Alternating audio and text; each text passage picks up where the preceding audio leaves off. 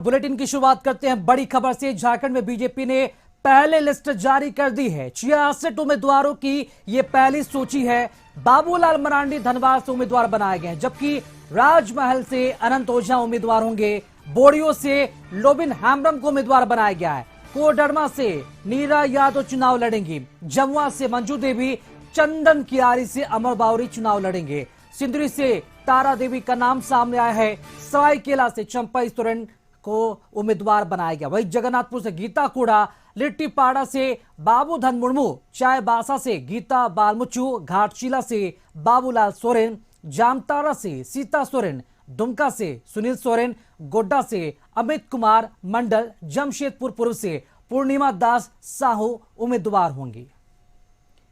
और इसी खबर पर अधिक जानकारी देने के लिए हमारे साथ संपादक अनुराग ठाकुर जी हमारे साथ जुड़ चुके हैं। अनुराग जी, बीजेपी ने पहली लिस्ट जारी कर दी है। किन किन बड़े नेताओं को तरजीह दी गई है इससे पहली लिस्ट में, जिसमें 66 उम्मीदवारों के नाम शामिल हैं?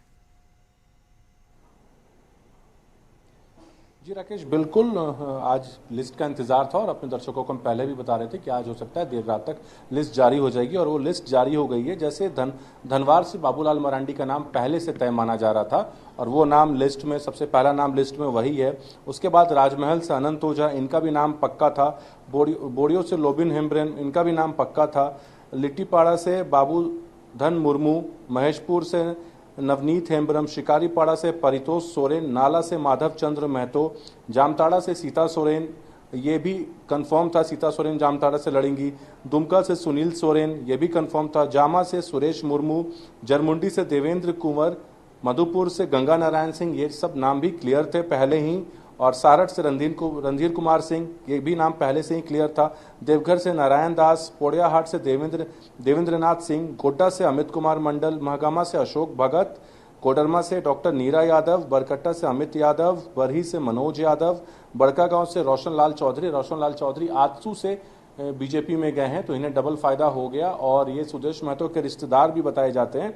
हजारीबाग से प्रदीप प्रसाद, सिमरिया से उज्जवल दास, पगोदर से नागेंद्र महतो, जमुआ से मंजू देवी, गांडे से मुनिया देवी। गांडे से 2-3 नाम चल रहे थे, एक नाम ये भी चल रहा था कि अन्नपूर्णा देवी हो सकता है वहां से चुनाव लड़ाया जाए उन्हें, तो वो पहले इन्हीं का नाम चल रहा था, मुनिया देवी, तो वो मुनिया देवी कंफर्म है। गांडे से गिरिडीह से निर्भय शाहबादी, बेरमो से रविंद्र पांडे, बोकारो से बिरंची नारायण, चंदन क्यारी से अमर बावरी, ये भी नाम कंफर्म थे। चंदन क्यारी से अमर बावरी को ही चुनाव लड़ना था।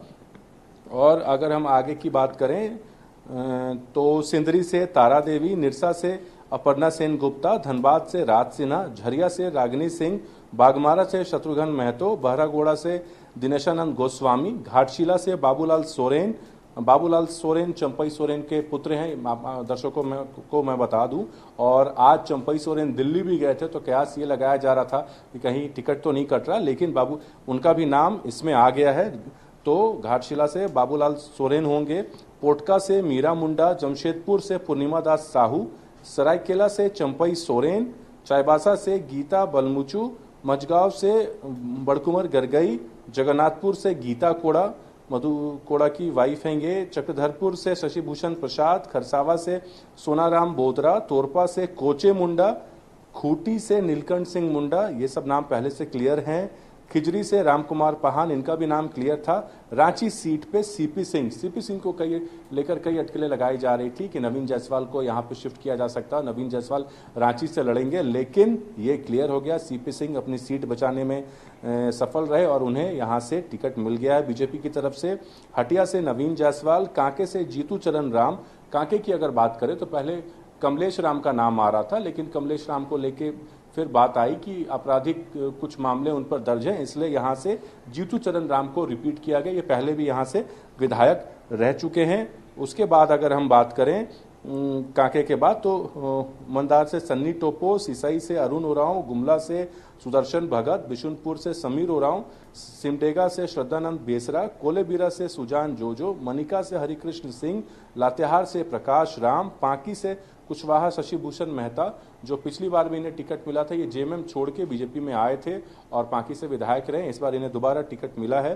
डाल्टनगंज से आलोक कुमार चौरसिया, विश्रामपुर से रामचंद्र चंद्रवंशी, जो रघुवर सरकार में स्वास्थ्य मंत्री भी राज्य के रह चुके हैं। छतरपुर से पुष्पा देवी भुइयां, हुसैनाबाद से कमलेश सिंह, गढ़वा से सत्येंद्र नाथ तिवारी और भवनाथपुर से भानु प्रताप शाही।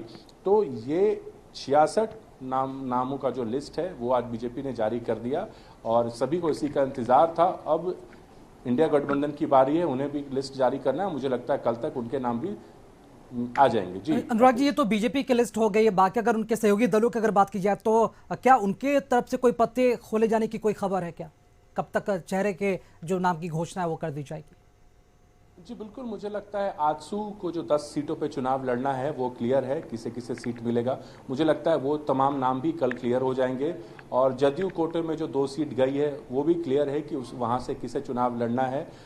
तमाड़ से राजा पीटर और जमशेदपुर पश्चिमी से सरयू राय, तो ये तमाम नाम पहले से क्लियर है, बस लिस्ट आना बाकी है। तो मुझे लगता है ये तमाम नामों की भी घोषणा जो है औपचारिक रूप से वो कल हो जाएगी और बीजेपी ने भी लिस्ट जारी कर दिया, जैसे कि बीजेपी ने पहले भी कहा था और कल उनके कई बीजेपी के नेताओं ने भी हमें बताया था कि आज के बारे में कि कल रात तक लिस्ट जारी हो जाएगी और आज वही हुआ, लिस्ट जारी हो गई है।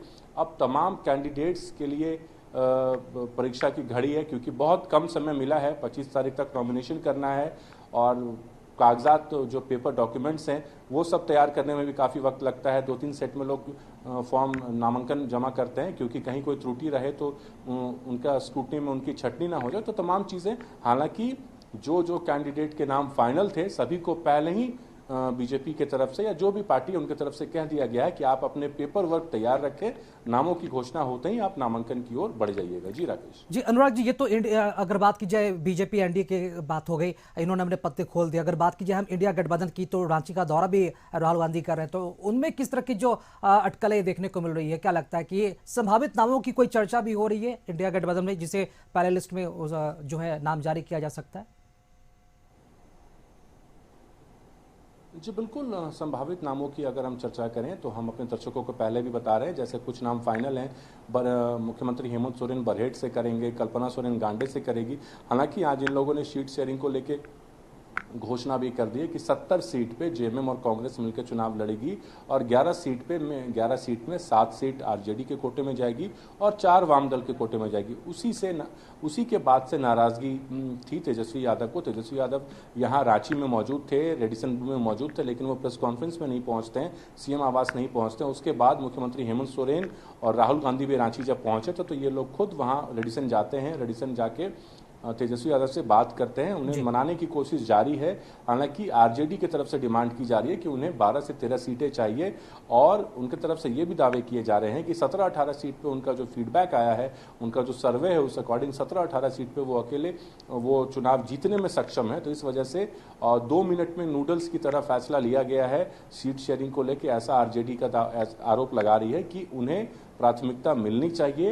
वो उनका झारखंड में जनाधार अच्छा है, इसलिए जो 7 सीटों पे उन्हें सिमटा गया है इसे बढ़ाना चाहिए। इस पर पुनर्विचार करने की मांग की है आरजेडी की तरफ से, लेकिन क्योंकि हेमंत सोरेन ने घोषणा कर दी है, ऐलान कर दिया है कि 70 सीट पे जेएमएम और कांग्रेस मिलकर चुनाव लड़ेगी, तो मुझे लगता है आरजेडी की सीटें। चलिए, इसके लिए अब थोड़ा लगता है कि इंतजार करना पड़ेगा कि अब महागठबंधन की तरफ से कब उम्मीदवारों के नाम का ऐलान किया जाता है। बहुत शुक्रिया आपका अनुराग जी, खबर पर जानकारी देने के लिए।